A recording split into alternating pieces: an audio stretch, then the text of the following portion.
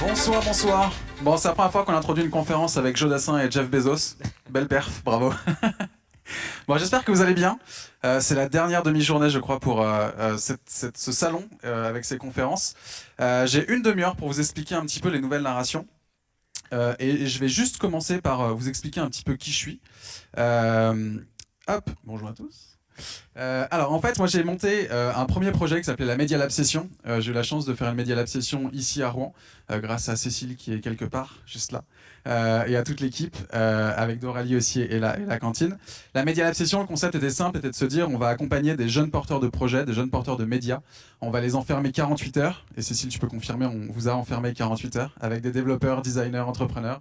Et en 48 heures, on va essayer de prototyper les nouveaux médias pour vous débloquer et essayer de comprendre comment aujourd'hui fonctionne un média.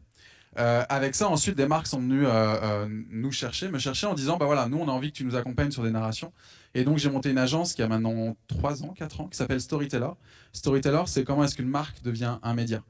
Media Lab Session, après 4 ans d'existence, s'est arrêté. Et avec Street Press, qui est un média parisien, on a monté Media Maker. Media Maker, c'est un accélérateur de start-up. C'est un peu la suite de Media Lab Session. L'objectif était de dire, une fois qu'on a créé son média, comment on fait. Et donc là, on accompagne 8 médias. Ça a commencé le mois dernier et on les accompagne jusqu'à mi-septembre, donc en gros 4 mois. Et on les accompagne justement pour se développer et aller à la rencontre d'investisseurs et pour vivre, parce qu'un média doit vivre. Voilà pour moi, hyper rapidement. On va vous parler rapidement là des nouvelles narrations. Vous le savez tous, j'ai 3 slides là-dessus, on passe à autre chose très vite, parce que là c'est juste des banalités, mais il faut le dire, Internet est une chance absolument incroyable, parce que là je vous vois d'ici, vous êtes tous sur votre téléphone, sur votre ordi, on a tous dans les mains des devices qui nous permettent de consulter de l'information et de produire de l'information. Quand on parle des nouvelles narrations, on a souvent l'impression qu'il faut réinventer le monde. Aujourd'hui, des nouvelles narrations, vous le faites tous les jours. Vous êtes tous les jours sur Instagram, vous êtes tous les jours sur Facebook, sur Twitter, sur Twitch peut-être, pour certains d'entre vous. On produit tous des contenus en fait. Et ça, c'est une chance absolument géniale parce que c'est plus dans les mains de quelques producteurs de contenu. On est tous producteurs de contenu aujourd'hui. Donc on est tous capables de créer de nouvelles narrations. Et en fait, vous le faites tous les jours sans le savoir. Alors il y a des personnes qui réussissent mieux que les autres, avec Casey Neistat ici. Casey Neistat, c'est un YouTuber américain. Ce qui est intéressant avec Casey Neistat, c'est voir que finalement aujourd'hui, les médias sont en train de se rapprocher des influenceurs et de travailler avec eux. Pour la petite histoire, Casey Neistat a monté un réseau social qui s'appelle BEAM, B-E-M-E, qui a été revendu à CNN plusieurs dizaines de millions d'euros. Et BEAM est devenu, enfin de dollars, et BEAM est devenu l'agence quasiment R&D pour CNN. Tout ça pour vous dire qu'aujourd'hui, les médias sont en train de comprendre que sur Internet, il y a de plus en plus de créateurs de contenu et en fait, eux, ils ont assez peu finalement de contraintes. Leur seul job, c'est de créer du contenu et tester des choses. Ils sont sur une notion de test and learn très start-up que les médias traditionnels ne peuvent plus faire ou même que les marques traditionnelles ne peuvent plus faire parce qu'elles se posent la question de oui, mais si je mets un chat qui est en train de pianoter un truc, ma communauté va pas comprendre. Eux, ils peuvent le faire. Donc, c'est des labos extrêmement intéressants et c'est pour ça que les relations entre les médias, les marques et les influenceurs se développent de plus en plus parce qu'ils ont envie de comprendre. Exemple français, je pense à Minute Buzz par exemple, qui s'est rapproché de TF1 pour voir comment est-ce que Minute Buzz pouvait les accompagner dans un rajeunissement de leur audience et comment est-ce qu'ils pouvaient créer de nouveaux contenus. Donc c'est intéressant de voir qu'il y a des passerelles en fait aujourd'hui. Et puis ce qui est intéressant de voir, c'est que finalement quand on commence à comprendre quelque chose du numérique, en fait c'est finalement qu'on a finalement rien compris. Là je vous ai montré juste une photo, cet écran est absolument énorme. Je vous ai montré une photo avec finalement des mecs qui ont commencé dans leur chambre à jouer à des jeux vidéo. Ils se sont mis sur Twitch, ils ont commencé à... Donc Twitch c'est le YouTube des gamers, allez voir si vous voulez, TWICH. Et en fait ils se sont mis sur Twitch dans leur chambre et ils finissent par remplir des stades. Aujourd'hui par exemple un média comme Melty, qui est un énorme média pour les jeunes, un énorme network, s'est retiré du marché du e-sport tellement le marché était important, imposant, demandait des financements et des investissements trop forts. Aujourd'hui, ceux qui financent le e-sport, par exemple, c'est des vrais clubs de foot, par exemple, pour des équipes de sport. C'est le PSG, c'est Barcelone, c'est avec tous les moyens que vous pouvez imaginer derrière. Donc, par exemple, pareil, le drone, vous connaissez le drone de course? Il y a eu une course qui a été réalisée sur les Champs-Élysées il y a pas longtemps. Ils imaginent que le marché du drone, dans 3 ans, sera aussi important que le marché de la F1. Donc vous voyez en fait que quand on regarde Casey Neistat et on se dit ah ok j'ai compris, il faut que je fasse des vidéos tous les jours sur YouTube, en fait c'est que vous n'avez rien compris parce que c'est déjà trop tard. Donc ça c'est le premier. Donc vous inquiétez pas si vous n'avez rien compris, on a tous rien compris. On va se l'avouer collectivement, ça va tous nous faire du bien. En fait, ce que j'aime bien raconter avec mes clients, c'est qu'on passe notre temps à se planter en fait. On passe notre temps à se planter quand on parle des nouvelles narrations parce qu'on a l'impression qu'il faut réinventer le monde à peu près tous les 4 matins. Sauf qu'en fait, c'est pas vrai. Alors, je vais vous montrer quelques éléments pour comprendre pourquoi on se plante. La première chose, c'est que moi, quand je rencontre des producteurs de contenu, j'ai plus l'impression de rencontrer des gens comme ça qui ont envie de beugler le plus fort possible dans leur micro en se disant, comme quand vous êtes au téléphone, plus je vais parler fort, plus la personne en face va mieux écouter. Non, le mec en face, il comprend rien. À un moment donné, faut juste se dire, je vais revenir en arrière juste pour comprendre la différence, arrêtez de vous concentrer sur vous, en fait. Arrêtez de vous concentrer sur ce que vous avez envie de dire. Concentrez-vous juste sur, en fait, c'est qui le mec en face. Arrêtez de vous dire que vous êtes le prochain TF1 et que vous allez toucher la terre entière et le monde entier. Ça n'a pas de sens. Essayez de faire un contenu qui soit le plus logique possible par rapport à la personne qui est en face. Ne beuglez pas dans un micro si le mec en face il est au téléphone. Aucun sens, aucun sens. Donc la première chose, c'est on se trompe parce qu'on passe notre temps à savoir ce qu'on va produire avant de comprendre en fait à qui on va le produire, à qui on va le diffuser, qu'est-ce qu'on a envie de dire. On passe notre temps à dire en fait il faut que je m'achète des caméras et il faut que je produise une narration qui ressemblera à ça. Ok, cool, mais pourquoi? Pour faire quoi fondamentalement? Donc commencez à réfléchir à votre sens, à l'objectif de ce que vous allez faire et surtout arrêtez de penser à vous en fait. La deuxième chose, c'est d'imaginer qu'en fait, souvent quand je discute avec des marques ou des créateurs de médias, et je leur dis, tu vas t'adresser à qui en fait? Et ils me disent, bah, aux gens, de façon globale. Non, ça marche pas. Quand vous allez dans un zoo, il y a plein d'animaux différents, d'accord? Et bah, pensez que dans la société, on est tous des animaux extrêmement différents. Essayez de penser que vous êtes dans un environnement où vous allez peut-être cibler 3% de la population, 2% de la population. Et puis ça suffira, c'est parfait. Je discutais avec des personnes qui bossent chez Arte et qui avaient fait un web documentaire sur le Hellfest. Vous savez, ça vient de se finir, c'est un festival de métal qui a lieu à l'ouest. Et bah, par exemple, eux, ils avaient fait des stats extrêmement précises pour dire au Hellfest, il y a tant de personnes qui viennent tous les ans. Donc, a priori, on peut toucher peut-être 30% de l'audience annuelle du Hellfest. Et à partir de là, en fait, on a tout gagné parce qu'on sait à qui on s'adresse, on sait quelle est la puissance du média qu'on peut avoir, on sait l'objectif, on sait tout en fait à partir de là.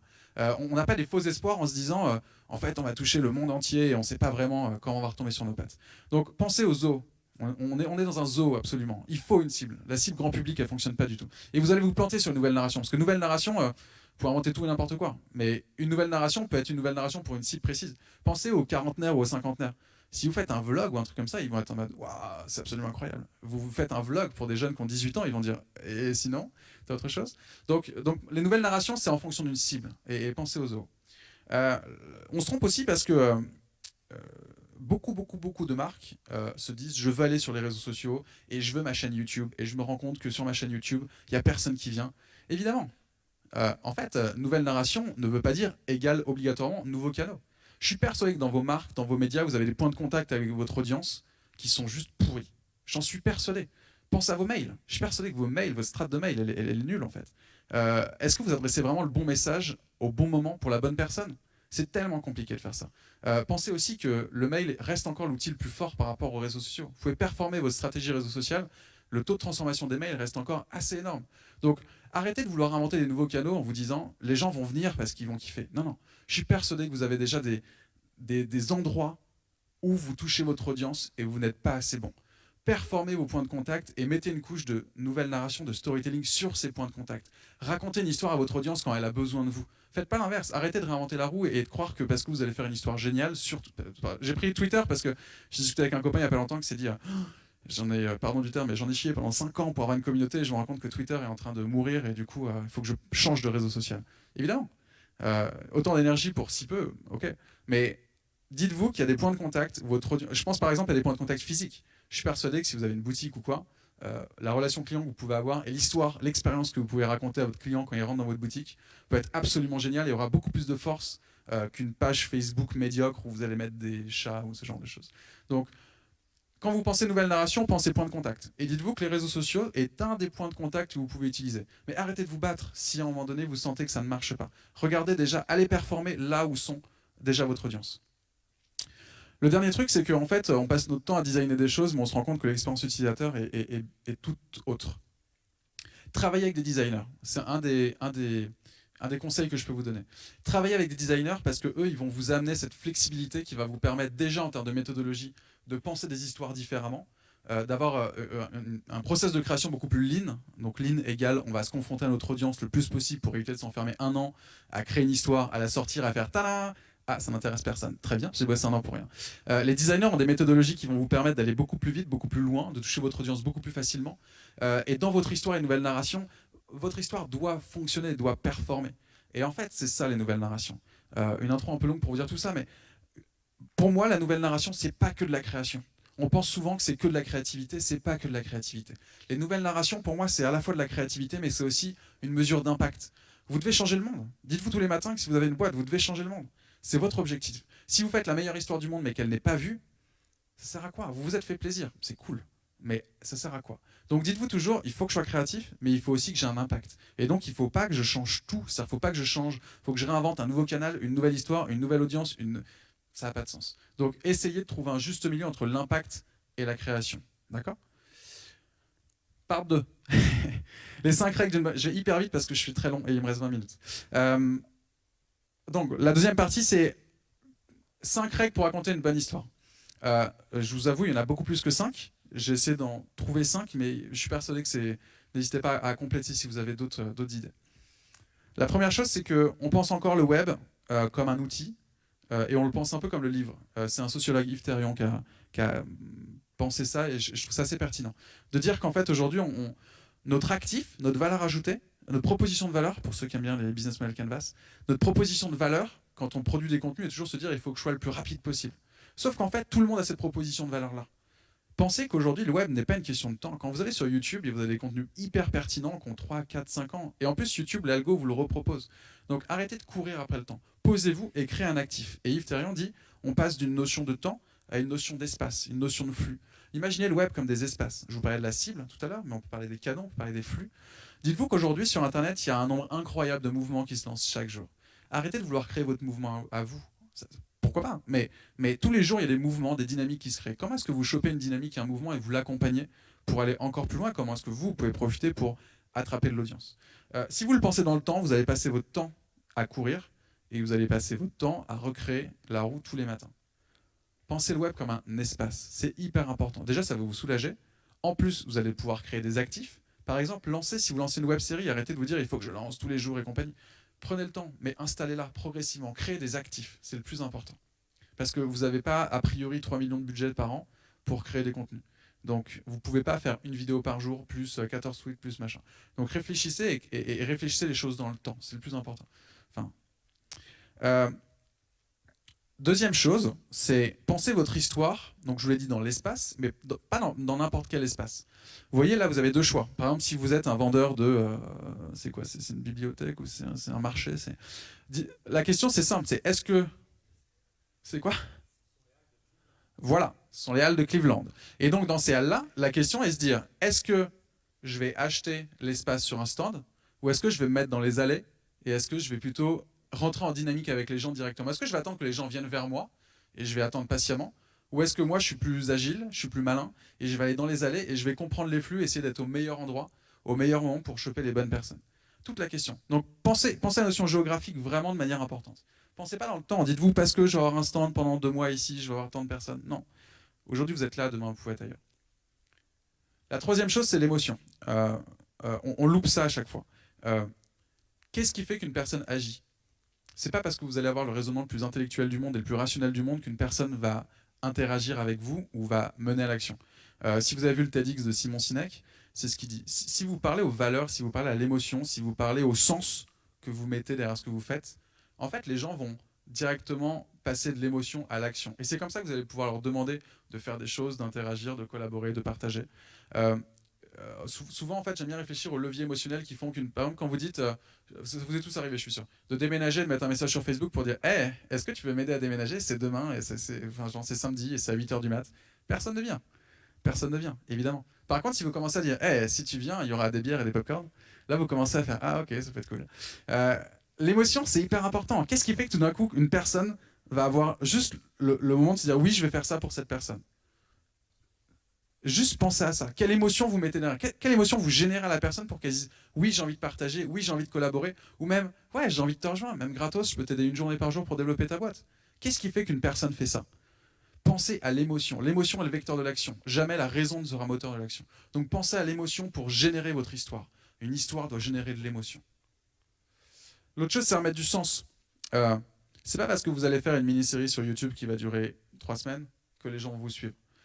Pensez votre histoire et cette narration dans tout l'espace et dans toute votre boîte. C'est-à-dire que du moment où vous allez créer cette boîte, à tous les points de contact que vous allez avoir, et même à l'intérieur de votre boîte, pensez que votre première communauté, ce sont vos salariés. Faites en sorte qu'il y ait du sens là-dedans. J'ai eu la chance de bosser pour des politiques, et autant vous dire qu'entre ce qui est dit et ce qui est fait en interne, il y a 2 mondes. C'est impossible de pouvoir promouvoir des valeurs si vous ne les portez pas en interne. Donc, les nouvelles narrations, c'est aussi ça. Vous ne pouvez pas juste mettre une vidéo sur YouTube et dire « Oh, regardez, ça va faire... » Alors oui, buzz, vous retirez ça de votre vocabulaire, ça n'a aucun sens, d'accord ? Le premier qui dit buzz, je quitte cette salle. Ça n'a pas de sens. Ça n'a pas de sens pour deux raisons. La première, c'est que ça n'existe pas. Un buzz, si vous bossez en agence, vous avez vite compris qu'un buzz est généré par beaucoup d'argent et beaucoup de dynamique, et qu'en fait, on paye beaucoup de personnes pour créer le buzz. Et la deuxième chose, c'est que beaucoup disent que ça n'a aucun sens parce que le buzz, vous faites un pic d'audience, mais est-ce que beaucoup de gens vous suivent, s'abonnent à vous et deviennent fans de vous? Mort. Personne. Vous allez avoir une petite évolution, mais très peu. C'est ce que dit Casey Neistat quand il a fait quelques vidéos importantes. Il a dit oui, j'ai eu des pics d'audience, mais le nombre d'abonnés sur ma chaîne était quasiment nul.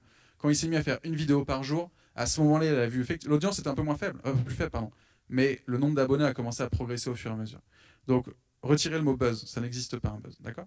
Remettez du sens dans votre boîte, remettez du sens dans toutes vos communications. Je préfère une boîte qui est moins innovante sur sa manière de faire de la narration, sur ses histoires qu'elle va raconter, mais qui va être extrêmement cohérente de A à Z dans ce qu'elle raconte. C'est hyper important. Et dites-vous aussi qu'une personne qui va sur YouTube, a priori, peut aussi aller dans votre magasin, ou peut aller aussi sur votre site internet, ou peut aller... Ne pensez pas chaque canal comme un endroit fermé. Pensez qu'une personne bouge. Votre récepteur est comme vous, elle va naviguer. Donc soyez cohérent. Cinquième point, c'est...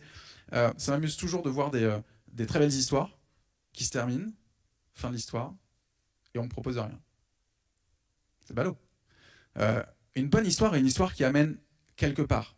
Ce qu'on appelle un call to action. Donc, juste d'appeler la personne à dire hey, si t'as aimé, fais quelque chose. Les youtubeurs le font très bien. À chaque vidéo, c'est hey, mets un pouce bleu et abonne-toi. Bon, ça, c'est un call to action. Dites-vous aussi qu'une bonne histoire doit avoir un objectif très clair. Et cet objectif très clair doit amener quelque part. J'en sais rien, tout simplement, ça peut être hey, viens sur mon site internet, ou viens sur mon blog, ou viens à mon festival, ou viens à mon événement. Mais vous devez jamais une histoire doit se terminer, genre juste comme ça. Ok, c'était une belle histoire, bravo, merci. Ça n'a pas de sens. Il faut toujours appeler vers quelque chose. C'est hyper important. Donc, pensez toujours votre histoire avec un début, un milieu, une fin, et une fin qui appelle à l'action. Je vais vous montrer 3-4 exemples de choses que j'ai trouvées intéressantes et je voudrais vous les partager. La première chose, c'est une boîte qui s'est lancée aux États-Unis. C'est un Français, Clément Delangue, qui l'a lancé. Il est au Beta Work à New York. Et Hugging Face, c'est un outil conversationnel. Alors vous allez me dire, rien d'innovant là-dedans. En fait, c'est un Tamagotchi sur mobile. Ce qu'a compris Clément et que je trouve assez brillant, c'est de dire aujourd'hui, on a de plus en plus d'outils conversationnels pour raconter des histoires. Et par exemple, il y a Claque des doigts ou Jam ou ce genre de boîtes qui vous permettent d'interagir, d'avoir une conciergerie, d'avoir ce genre de choses. Le vrai problème de ça, c'est qu'en fait, comme c'est un service, bah, il y a une obligation de résultat. Si moi demain, je demande à ma conciergerie sur mobile de dire je veux que tu m'apportes dans... L'autre jour, j'étais sur un tournage et je voulais de la pâte à modeler. Et j'avais pas le temps, je lui dis je veux que tu m'apportes de la pâte à modeler à 10h. Si le mec me dit ah, en fait, on a eu un problème d'algorithme et en fait, non, tu le recevras pas, hyper déceptif. Lui, il s'est dit en fait, on va faire aucun service, on va juste générer de l'émotion et on va créer un Tamagotchi où les gens pourront discuter avec lui et faire en sorte que du coup, on puisse apprendre des autres. Et c'est hyper pertinent. Par exemple, quand vous prenez une photo, un selfie et que vous lui envoyez, il va comprendre que c'est un selfie. Et lui-même va vous renvoyer un selfie. Vous allez lui donner un nom, il va comprendre votre agenda, il va pouvoir réagir avec vous pour dire hey, ta conférence s'est bien passée. C'est absolument génial de voir qu'en fait, comment est-ce qu'un algorithme apprend. Et après, une fois qu'il aura ça, il aura la communauté, il aura l'algorithme, il pourra faire du service avec grand plaisir. Et en plus, il sera hyper bon là-dessus. Donc vous voyez, c'est intéressant de voir que parfois, quand on pense aux nouvelles narrations, on peut penser aussi au chatbot. C'est hyper ouvert, en plus ça se démocratise de plus en plus. Et on peut penser à ce genre de choses pour s'amuser au départ, juste pour comprendre comment ça marche. Ouvrez-vous cette perspective dans votre boîte de tester des choses. C'est pas très compliqué de faire un chat sur Facebook Messenger aujourd'hui, et juste de tester et de voir ce qui se passe. Ouvrez-vous des labos dans vos boîtes. Et lui, il a fait ça et je trouve ça tellement bien parce que les chatbots, en vrai, dans le monde du e-commerce, vous savez, quand vous êtes sur la Fnac, vous avez un chatbot qui s'ouvre, la performance de transaction est vraiment très importante. Donc, le chat est vraiment un... Alors par contre, les gens qui parlent, je prends les noms. Je vous dis tout de suite.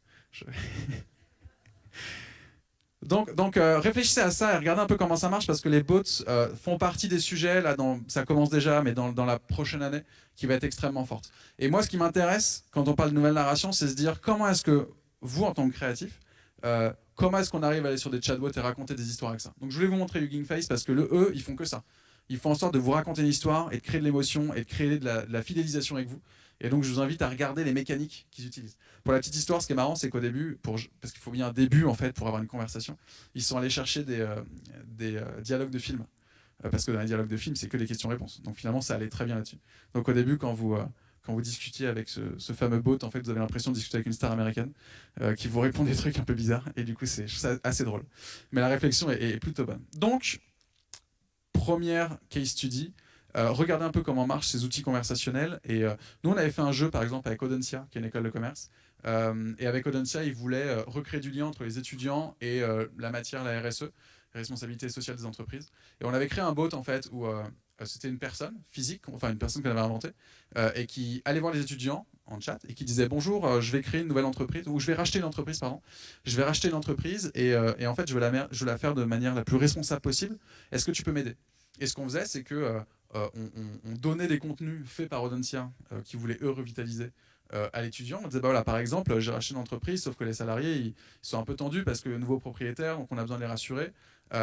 Est-ce que tu peux m'aider? Et donc on lui donnait 3 articles à lire et ensuite on lui posait plein de questions. Et chaque question amenait vers une route différente. Il pouvait se planter, il pouvait réussir. Et on faisait ça en fait pour que du coup ils arrivent à comprendre ce que c'était la RSE dans une situation normale de vie classique.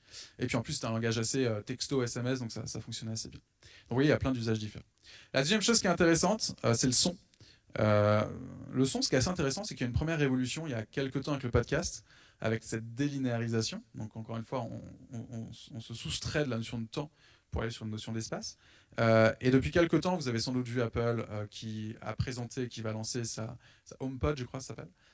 Alexa avec Amazon, Google va aussi lancer ses enceintes. Et donc c'est intéressant, c'est de mettre de l'intelligence artificielle sur du dialogue. C'est-à-dire que vous rentrez chez vous et vous dites Alexa, est-ce que tu peux allumer la lumière du salon? Hop, elle va l'allumer. Est-ce que tu peux lancer tel artiste? Tu peux mettre une playlist, machin. Et en fait, tous les objets connectés de la maison vont directement être assemblés dans Alexa et vous aurez juste à parler tout seul, ce qui est un peu navrant, mais vous allez parler en tout cas chez vous et faire en sorte que du coup il y a des choses qui se déclenchent. Ce qui est intéressant, c'est que je vous disais Hugging Face, en fait, donc ils sont hébergés chez BetaWork à New York. Et par exemple, BetaWork, ils ont aussi un accélérateur de start-up média et eux, leur focus là pendant 4 mois, c'est le son. Et donc ils travaillent avec les équipes de Google et Amazon. Et c'est intéressant de voir qu'il va se passer de plus en plus de choses. Nouvelle narration. Les filles, on vous entend enfin. Nouvelle narration. Ils ont sorti donc avec Alexa un espèce de jeu pour le lancement de Batman Superman où en fait vous pouviez discuter avec Alexa et en fait c'était un jeu, une enquête de police. Et donc en fait l'enceinte vous parlait, vous donnait le contexte et vous disait voilà je suis dans cette situation, qu'est-ce que je fais? Et vous répondiez pour dire bah a priori je vais aller dans telle rue et je vais voir ce qui se passe et donc en fait juste avec le son vous aviez quasiment un polar et un film policier, mais en son. Enfin, il y avait un truc un peu étrange et ça a hyper bien fonctionné. C'était une des applications qui a mieux fonctionné. Et le taux de transfo, donc le taux de téléchargement et le taux en fait de personnes qui sont allées ensuite sur le site de Superman et Batman, c'est ça Batman et Superman était 70% plus important que toutes les applications Alexa qui sont sorties. Je vous l'accorde, il n'y a pas encore beaucoup d'applications Alexa. Mais vous voyez comment en fait, on se dit il y a une nouvelle technologie, il y a du son, trop bien. Beaucoup ont lancé des choses très servicielles. Et tout d'un coup, il y a eu quelque chose qui est sorti avec une nouvelle narration extrêmement amusante. Et tout d'un coup, les gens se sont pris d'amour pour ça et se sont mis à jouer de plus en plus. Et en plus, d'aller sur le site internet. Donc le son, extrêmement intéressant aussi. Là, on est vraiment sur des choses... c'est un marché vraiment naissant. Donc c'est plus du R&D pour l'instant. Mais ça ne va pas tarder à sortir très fort. Autre chose que je trouve ça intéressant, c'est la VR. Vous connaissez tous, je pense, de mettre un casque et de voir ce qui se passe. Ça se développe de plus en plus. Et là, je vous ai mis un exemple avec Resident Evil parce que le monde du gaming commence à se développer de plus en plus. Il y a très peu d'offres pour l'instant, mais il y a beaucoup de choses qui sont en train de sortir. Je vous invite à aller voir une boîte, pareil, montée par des Français qui sont à New York, qui s'appelle Sketchfab. Donc comme Sketch et comme Fab. Et Sketchfab, c'est un peu le YouTube de la 3D. Par exemple, vous pouvez être dans le wagon. Vous voyez le voyage de Chihiro, quand vous êtes dans le wagon avec l'espèce de monstre là, et puis vous avez le petit enfant, et ben vous êtes dans le wagon et vous pouvez vous déplacer avec le casque et vous êtes vraiment dans le wagon. C'est absolument génial parce qu'il y a énormément d'applications là-dessus. Je pense par exemple, c'est bête, mais pour tous les étudiants en médecine ou en chirurgie qui veulent apprendre à faire des opérations, et ben ils ont juste à mettre un casque et à faire en sorte de manipuler l'opération comme si c'était dans les conditions du réel. Pareil pour l'apprentissage et à l'école, ça peut être hyper bien d'avoir par exemple quand on apprend, j'en sais rien, l'architecture ou les bases de je ne sais quelle matière, il y a plein d'applications à voir à l'école. Donc ça c'est une vraie transformation, moi j'y crois énormément. Le problème pour l'instant c'est l'usage, et donc il y a une petite attente sur l'usage. Par exemple les casques de la PlayStation se vendent très bien, mais il y a encore très peu de jeux. Donc voilà, il y a un alignement marché qui va avoir lieu, mais quand ça aura lieu, ce sera vraiment très puissant. Donc la VR à regarder de très près. Et pour votre application à vous, ça peut être très bien. Moi j'adorerais qu'il y ait un documentaire en VR, et ça commence tout simplement, mais vous avez des caméras 360, vous avez des casques, amusez-vous. Et en plus, ça coûte pas hyper cher aujourd'hui les caméras 360. Là, par exemple, vous pouvez casser un truc, qui est le format, et vous pouvez vous amuser avec ça. Il y a un autre truc qui m'a fait plutôt sourire, c'est des copains qui ont lancé ça, Nozulus Rift, je sais pas si vous avez regardé ça, c'était il y a un an, ouais, une petite année. C'était avec le jeu South Park, alors c'était pas très fin, je vous avoue, South Park. Et donc vous aviez un masque sur le nez, et donc ça vous envoyait des odeurs, que vous pouvez imaginer, et vous deviez jouer avec ça. Et en fait, dès que vous perdiez, dès que vous rencontriez un boss, ce genre de choses, ça vous envoyait des odeurs plutôt nauséabondes, et vous deviez quand même continuer à jouer. Pour la petite histoire, le créateur de South Park a joué avec le casque, il n'a pas tenu plus de 5 minutes. Donc pour vous dire à quel point les odeurs sont loin d'être très agréables. Et en fait, avec les créateurs de Nozulus, nous on a fait un truc marrant, on a bossé avec Ubisoft pour le lancement de Watch Dogs 2, et en fait on a créé toute une interaction. Alors je vais vous montrer une vidéo, et je vais essayer de parler en même temps. Salut tout le monde. Okay. Juste pour vous montrer, en fait, Ubisoft a appelé des influenceurs. Hop, on peut juste baisser un petit peu le son ? Ouais, trop cool. En fait, il y avait des influenceurs qui étaient présents dans une salle qu'on a totalement redesigné. Comme c'est Watch Dogs, c'était un hackerspace. Et en fait, ce qu'on a fait, c'est que on va voir l'interface. Donc, hop, l'interface, vous voyez, en fait, en bas, il y a 1, 2. C'était très rapide, il fallait voir. Et en fait, c'était dans la salle, il y avait plein de hacks, plein de pièges, en fait. Et l'idée, c'était les gens qui regardaient le live votaient 1 ou 2 et pouvaient déclencher des pièges. Et donc il y avait des pièges partout dans la salle. Donc, voilà. Et l'idée était de dire comment est-ce qu'on arrive à faire de l'interaction l'interaction entre les gens qui jouaient et les gens qui regardaient ce live. Ça me permet... On peut baisser le son totalement ? Yes, trop cool. Ça me permet juste de parler d'un truc. C'est quand on parle de nouvelle narration aujourd'hui, il faut penser à une nouvelle narration avec les autres. Ça, c'est hyper important. Si vous pensez toujours à une nouvelle narration, vous devez porter à la fois la dynamique, tout produire et compagnie. Ça n'a pas vraiment de sens parce que vous allez passer votre temps de A à Z à tout produire. Faites en sorte que aujourd'hui, votre audience arrive à interagir avec vous et participer à votre aventure, participer à votre histoire. Je pense à un truc tout bête. Vous avez peut-être fait du crowdfunding. Le crowdfunding, tout le monde se marre et je ne m'écoute même plus. Oui, voilà. C'était très sérieux. On a peu rigolé sur ce projet. Par exemple, ce qui s'est passé, je vais passer ça parce que sinon vous allez tous vous marrer. Ce qui s'est passé sur, j'ai totalement perdu mon fil. Le crowdfunding. Tu veux pas monter avec moi si tu veux être mon... Sur le crowdfunding, par exemple, ce qui est très chouette, c'est quand vous recevez tous les 4 matins un mail qui vous dit « Hey, je pars faire des photos à New York, est-ce que ça te branche de financer mon voyage ?» La première chose qu'on se dit, c'est ben non, moi aussi j'ai envie de faire des photos à New York, donc pourquoi je te donnerais de l'argent toi pour financer ton voyage alors que moi j'ai envie d'y aller et que j'ai pas les ronds. On le fait tous ça en fait. On le fait tous de demander à des gens de l'argent en disant hey, tu veux financer mon truc ? Cool, pourquoi ? Pourquoi est-ce que tu serais le mec que je vais financer alors que tous les jours je reçois 4 propositions ? Ça n'a pas de sens. Le crowdfunding est typiquement le genre de projet où on se plante. La première chose à faire avant le crowdfunding, c'est le crowdsourcing. C'est d'aller voir des gens et de leur en parler. Et de dire juste, hey, j'ai envie de lancer un truc, c'est ça, et c'est hyper important pour moi parce que vraiment j'ai envie de le faire pour telle et telle et telle raison. Et puis à un moment donné, vous allez faire le tour et puis la personne en face va vous dire, bah c'est cool, comment je peux t'aider ? Parce que vous allez le toucher en fait. Parce qu'à un moment donné, la personne que vous avez en face de vous va dire, bah en fait, tu m'as l'air tellement fasciné, passionné par ce que tu as envie de faire, comment je peux t'aider ?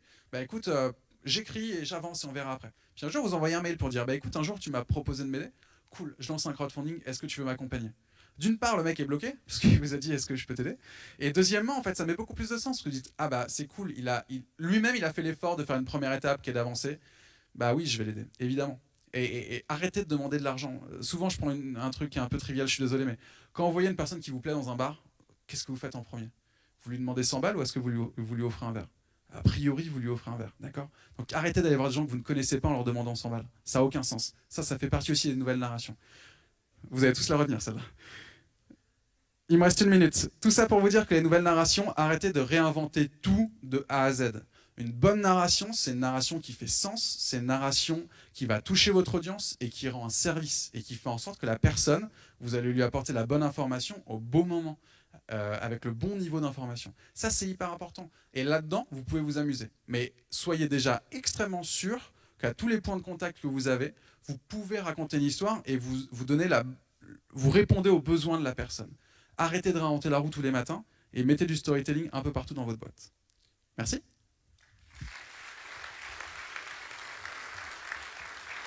Merci infiniment Romain. Au fond... ces nouveaux modes, ces nouveaux canaux digitaux nous amènent tout simplement à revenir à l'essence même de ce qu'est la communication, la recherche du partage avec l'autre, la recherche de l'empathie. En fait, le truc, c'est qu'avec Internet, on s'est dit, c'est un peu le syndrome de la personne un peu timide. Ah, trop cool, il y a Internet, et du coup, on va faire des contenus sur les réseaux, et les contenus vont être tellement bien que les gens vont venir vers moi en disant, oh là là, qu'est-ce que t'es beau. Non, la première chose, c'est d'aller voir les gens physiquement, et se présenter, et dire bonjour, je m'appelle Romain. Et il faut revenir à ça, il faut revenir à l'essentiel, mais faut pas passer trop de temps sur... je vais raconter une histoire absolument démente, et les gens vont venir chez moi, et ils vont trouver ça dingue, et je vais changer leur vie. Non, avant tout, il faut se connecter avec eux, en fait. Le rapport humain n'est pas un concept. Hein. Pardon ? Le rapport humain n'est pas un concept, c'est pas très un concept. opérationnel. C'est pas un concept. Et en fait, par exemple, je te prends un peu de temps, on a encore quoi, 3 minutes ? Souvent, quand je suis avec des boîtes pas très drôles, genre des boîtes du CAC 40 un peu sérieuses, et tout le monde me dit, mais non, c'est pas raconter des histoires. Et moi, je leur fais faire un jeu, je dis, quelle est la personne qui t'influence le plus ? Je vous promets qu'il y a des... Donc, vous faites le test entre vous dans votre tête, là. Les personnes qui vous influencent le plus, il y a 2 types de personnes. Il y a des personnes physiques, famille, et il y a des personnages, des super-héros et ce genre de choses. Mais à chaque fois, je leur dis, ok, pourquoi cette personne t'influence ? Je vous promets qu'à chaque fois, c'est extrêmement émouvant, en fait, ce qu'ils vous racontent. Et c'est parce que, je sais rien, c'est ma maman, parce qu'elle m'a éduqué, machin, et c'est une personne qui est hyper importante pour ma vie. Et en 30 secondes, la personne vous chope et vous raconte une histoire. Et la question, c'est de se dire, tu sais raconter une histoire. Maintenant, c'est comment tu le fais dans ton business. Là, tu as réussi à me toucher. Fais la même chose avec ton business. Essaye de toucher ton audience, c'est de leur raconter une histoire. Donc, on sait tous raconter une histoire. La question, c'est comment on arrive à comprendre la méthodologie de notre histoire et comment on l'adapte sur notre boîte. Merci beaucoup, Romain. Est-ce que vous avez une ou plusieurs questions à poser à Romain ? Alors, je me tourne vers vous. N'hésitez pas à lever la main et demander un micro. Je crois qu'ils sont en pleine digestion. Oui, c'est ça. C'est le moment un peu critique. Ouais. C'est le moment un peu critique. Cécile, je compte sur toi. Ah, Cécile. Voilà, c'est la pression, Cécile. Voilà. Je ne sais pas qui est Cécile, mais Cécile, tu es obligée de poser une question. J'essaie de voir qui je connais juste pour les nommer et leur mettre un peu la honte. Moi, je suis sûr que Laurence Grieux a une question à poser. Tu mets la honte sur des gens comme ça. Voilà, allez, on balance, c'est parti. Tu connais d'autres personnes, c'est drôle. Un micro là-bas pour Laurence. Putain, parce que toi, non, mais en plus, je t'amène le micro. Je te remercie, Bertrand, de me laisser poser une question que je vais chercher tout de suite. Quelqu'un a une histoire drôle maintenant ou... En fait, les modes de narration, la difficulté, c'est qu'on a d'emblée, enfin, je parle d'un vécu professionnel évidemment, d'emblée envie de créer plein de narrations. On en fait même plusieurs et parfois on a du mal à tenir un peu une ligne, alors que naturellement on doit mettre une ligne éditoriale bien calée, et parfois les événements font que, extérieurs ou internes à l'entreprise, font qu'on réoriente nos narrations et qu'elles partent du coup dans tous les sens. Donc la réelle difficulté qu'on a dans le quotidien, je trouve, c'est justement de pouvoir être constant dans cette narration, ou aussi de la renouveler. C'est ça aussi la difficulté, parce que par exemple, on crée une communauté, donc on a une manière de narrer les choses à cette communauté, et il faut sans cesse se renouveler, et parfois ça devient très compliqué. Donc évidemment, on peut faire un retour sur image, un travail sur justement trouver des une nouvelle créativité sur le sujet, prendre des intervenants comme toi, Romain, mais notre réelle difficulté, c'est qu'au quotidien, parfois, c'est pas simple. Donc est-ce que tu as des astuces, par exemple ? Ouais, l'astuce, c'est d'embaucher un mec qui est le plus casse-couille du monde. Et de faire en sorte que cette personne tienne la ligne et ne s'écrase pas devant la direction qui va lui dire... Moi, tous les jours, moi je fais beaucoup de vidéos dans ma boîte. C'est un truc pour de quoi Non, rien, c'est tant pis pour toi, Bertrand. Et je connais pas votre client, donc du coup ça me gêne beaucoup. Je sais pas. Non, mais on travaille ensemble. Ah, bah voilà, alors, faut tout dire. Voilà. Non, en fait, ce qui est compliqué, c'est que oui, tu as tout à fait raison. Moi, ça m'arrive beaucoup de faire des vidéos pour des clients et on fait un truc un peu joli. Je bosse avec le créa, on s'amuse, on fait des choses bien qui tiennent une ligne, et tout d'un coup, ça arrive au codir et les mecs font ah ouais, mais non, parce que du coup, là, faut voir le produit, là, faut mettre des titres en comics CMS, et là, t'es là, genre ah non, pas ça. Donc évidemment, mais sauf que le problème, c'est qu'il faut avoir une personne en interne qui soit suffisamment forte pour dire. En fait, moi, quand je bossais pour des boîtes, je posais ma DEM tous les 15 jours. C'est-à-dire qu'en gros, je disais, OK, en fait, soit vous me faites confiance et on bosse ensemble, soit je me casse. Et en fait, c'est quasiment le minimum parce que c'est pas juste un outil, c'est une vraie transformation culturelle. Ça m'arrivait de faire, par exemple, des réponses à des briefs pour des clients où je les amenais dans une aventure, où je disais, on va partir au bout du monde, on va filmer les mecs, on va faire un truc incroyable. Et le mec disait, OK, j'adore, mais on voit le produit. Ok, on s'en fout de ton produit. C'est pas le niveau qu'on a envie d'avoir. Donc, soit vous avez une personne qui est suffisamment forte pour dire c'est ça la ligne, et soit tu me fais confiance et j'y vais, et on est ok avec ça. Après, il faut être bon. Ce qui nous arrive tous de nous planter, mais voilà, faut être à peu près sûr de son truc. Mais oui, s'il y a trop de personnes dans la boucle de décision. Et la deuxième chose aussi, c'est intéressant, c'est que souvent ça change tous les 15 jours parce que raconter une histoire pour une boîte et remettre du sens dans une boîte, ça prend du temps. Oui. Et ça, c'est très compliqué de faire accepter, de dire tu attends 6 mois et on y va. Mais en fait, la vraie solution, c'est pas d'attendre 6 mois, c'est encore une fois de se dire c'est quoi les points d'impact aujourd'hui et comment, vous savez, dans les startups, on en parle de MVP, de Minimum Viable Product. Donc, comment est-ce qu'on arrive à faire des tout petites choses qui vont juste changer brique par brique pour commencer, gagner la confiance et avoir des projets les plus importants. Mais oui, tu as raison, garder une ligne, c'est extrêmement important. Mais rien que vos boss, alors je sais pas qui est boss de qui, mais vos boss, ou c'est peut-être vous les boss, je sais pas, je crois. Dites-leur juste un truc, c'est quoi le sens de ta boîte? Si ta boîte n'existait plus demain, est-ce que le monde irait moins bien? On en parle tout à l'heure, Romain. D'accord. Et moi, je lui Non, pose mais la c'est question dès vrai, lundi c'est hyper à mon important. boss. Est-ce que ta boîte est... Moi, j'adore le terme de nécessaire. J'adore dans les affiches de films quand c'est marqué film nécessaire. Je trouve ça c'est un beau compliment. Et la question, c'est est-ce que ta boîte, elle est nécessaire? Nécessaire et utile. Ouais, mais déjà, en fait, utile dans l'action, Mm. mais nécessaire dans le qu'est-ce que t'apportes dans le monde, quoi. Est-ce que t'es nécessaire au monde? Voilà, je vais vous laisser là-dessus. Hein. Est-ce que t'es nécessaire au monde? Non, mais vous savez ce que la définition philosophique de nécessaire, c'est ce qui ne peut pas ne pas être. Donc c'est ça qui est intéressant. Voilà. Donc on est bien dans ce concept-là. Merci Romain. On se revoit très Merci. bientôt. Je pense qu'on a plein de choses à faire Super, en merci commun et beaucoup. avec Laurence. Merci Romain.